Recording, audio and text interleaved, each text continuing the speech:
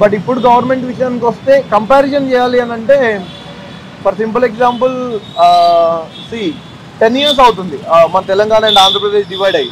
మన దగ్గర 10 years పాటు ఒకళ్ళే చీఫ్ మినిస్టర్ రూల్ చేశారు, అక్కడ 10 years పాటు ఇద్దరు చీఫ్ మినిస్టర్లు రూల్ చేశారు. But coming to the development of the infrastructure కానీ లేదంటే అంటే ఐటీ సెక్టర్ పక్కన పెట్టండి, హైదరాబాద్ ఇది already occupied with IT sector కాబట్టి డెవలప్మెంట్ ఉంది. హైదరాబాద్ వదిలేండి కొంచెం సేపు, బికాస్ ఈ 10 years వరకు దట్స్ అన్ కామన్ క్యాపిటల్. సరే వాళ్ళు ఉపయోగించుకోలేకపోయారు అక్కడ ఫస్ట్ చీఫ్ మినిస్టర్ వల్ల, దట్స్ డిఫరెంట్ స్టోరీ. బట్ ఈ 10 years క్యాపిటల్లో ఏం జరిగింది అని అంటే క్యాపిటల్ సిటీ పక్కన పెడితే అదర్ ఇన్ఫ్రాస్ట్రక్చర్ రోడ్స్ కానీ ఇవన్నీ, ఇంకా రోడ్స్ ఏమైంది అని అంటే కాంట్రాక్టర్స్కి రావాల్సిన కమిషన్ కోసం వాళ్ళు వేసుకుంటూ వెళ్తారు. ఫర్ ఎగ్జాంపుల్ ఫస్ట్ 5 yearsలో the first chief minister of Andhra Pradesh ఎవరైతే ఉన్నారో ఆయన రోడ్లే వేసుకుంటూ వెళ్ళాడు. వాస్తవం అది, ఒక్కటే రోడ్డు ఎన్నిసార్లు వేసాడు అనేది అక్కడ ప్రజలకు తెలుసు బాగానే. కానీ అది ఎన్ని రోజులు ఆగింది అని అంటే సెకండ్ చీఫ్ మినిస్టర్ వచ్చిన 2-3 yearsకి రోడ్లన్నీ పోయాయి. దానివల్ల ఆయనకి డిఫరెంట్ కూడా వచ్చింది. అంటే డెవలప్మెంట్ అనేది రోడ్స్ ఇన్ఫ్రాస్ట్రక్చర్ అనేది ఎంత ఇంపార్టెంటో అదేవిధంగా హాస్పిటలైజేషన్ కానీ లేకపోతే ఇప్పుడు ఫర్ సింపుల్ ఎగ్జాంపుల్ అతి తక్కువ డబ్బులతోటి నువ్వు ఎంత గవర్నమెంట్ సోర్సెస్ తీసుకొస్తున్నావు అనేది. ఇప్పుడు మన దగ్గర తీసుకొస్తే సెంట్రల్ గవర్నమెంట్ తీసుకొచ్చే డబ్బులు ఏవైతే ఉన్నాయో ఇచ్చే డబ్బులు అంటే ఫర్ ఎగ్జాంపుల్ మెడికల్ కాలేజెస్ చూసుకుందాం, లేకపోతే ఆయుష్మాన్ అని చెప్పి ఒక సెంట్రల్ గవర్నమెంట్ స్కీమ్ వచ్చింది which is related to Aarogyasri previously. అది మన తెలంగాణలో లేదు. మెనీ ఆఫ్ ద ప్రైవేట్ హాస్పిటల్స్లోకి మనం వెళ్ళి సార్ నాకు ఈ కిడ్నీ ప్రాబ్లం ఉంది, లేకపోతే ఇది ఉంది అది ఉంది, ఒక 2 లక్షలు ఖర్చు అవుతుంది, కానీ నేను రిజిస్టర్ చేసుకున్నా, సెంట్రల్ గవర్నమెంట్ రిజిస్టర్ చేసుకున్నా అన్నా కూడా తెలంగాణలో చాలా ప్రైవేట్ హాస్పిటల్స్లో ఎక్కడండి కేసీఆర్ గారు తేలేదు కదా అని చిన్న బ్లేమ్ వేసేస్తున్నారు ఆయన మీద. అది కేసీఆర్ వల్లనే అలా అయిందా లేకపోతే ఏదనే తెలియదు కానీ బట్ అంటే అంత డెప్త్గా నేను వెళ్ళలేదు వాస్తవానికి. So I don't blame him personally. But frank ఏంటి అని అంటే సెంట్రల్ గవర్నమెంట్కి స్టేట్ గవర్నమెంట్కి ఉన్న మిస్కమ్యూనికేషన్ వల్ల so there are many schemes which was provided to multiple states of the country but not to the Telangana. For example medical కాలేజెస్లోనే infrastructure కావాల్సిన డబ్బులు కానీ ఫుల్ ఫ్లెడ్జ్డ్గా అందలేదు. If you see for Andhra Pradesh మళ్ళీ కంపేర్ చేద్దాం, ఎందుకంటే మన ట్విన్ స్టేట్ కాబట్టి. ఆంధ్రప్రదేశ్ చూసుకుంటే గవర్నమెంట్ హాస్పిటలైజేషన్ నెక్స్ట్ లెవెల్ తీసుకురాగలిగాడు జగన్మోహన్ రెడ్డి అని ఆయన. సరే సిబిఎన్ టైంలో ఫస్ట్ ఒక 3 years కేంద్ర గవర్నమెంట్తో కలుస్తున్నారు, ఆ తర్వాత ప్రత్యేక స్టేటస్ ఇవ్వలేదు, ప్రత్యేక హోదా ఇవ్వలేదు, స్టేటస్ ఇస్తారన్నారు, అది తీసుకున్నారు, తర్వాత మళ్ళీ విడిపోయారు. Multiple things happen in the state of Andhra Pradesh.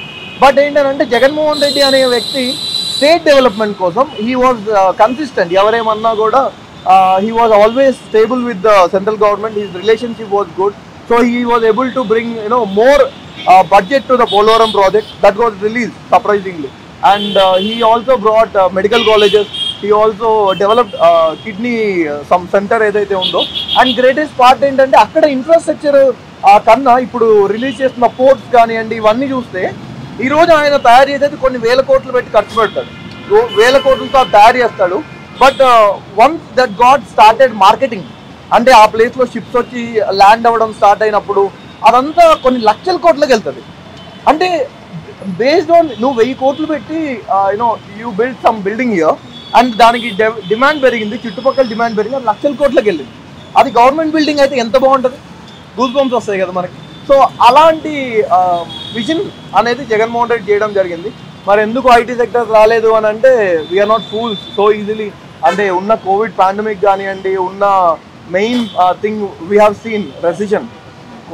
ప్రపంచవ్యాప్తంగా ఎంతోమంది జాబ్స్ లూజ్ అయ్యారు. కెనడా నుంచి యూఎస్ నుంచి రిటర్న్ అయిన వాళ్ళు ఉన్నారు. మన ఇండియా వాళ్ళు ఇక్కడ నుంచి చదువుకోవడానికి వెళ్ళి అక్కడ జాబ్ దొరక్క అక్కడ కన్సల్టెన్సీస్లో వర్క్ చేస్తున్నారు. Situation was worse in a settled countries only. అలాంటిది ఒక సాఫ్ట్వేర్ కంపెనీ నేను కొత్తగా బ్రాంచ్ పెడతాను, అది జగన్ అయినా సిబిఎన్ అయినా ఇట్స్ నాట్ పాసిబుల్. బట్ నా స్టేట్ మాత్రమే కాదు పక్కన స్టేట్ కూడా నేను కలిపి చెప్పేది ఏంటి అని అంటే you have a very good visionary guy. Okay, he can do a lot of things, miracles basically with very limited fund. Okay, so you can select him one more time.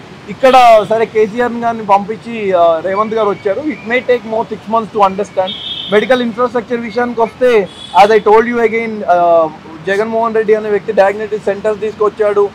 అంటే district wise every medical హాస్పిటల్లో he brought up all the vacancies అనమాట. Vacancies అన్నీ fill అయిపోయాయి. అంటే ఒక biomedical engineer అంటే ఎవరో తెలుసా మీకు? Tell me. ఐడియా ఉందా మీకు బయోమెడికల్ ఇంజనీర్ అంటే ఎవరో? The guy who make the servicing for the equipment అనమాట.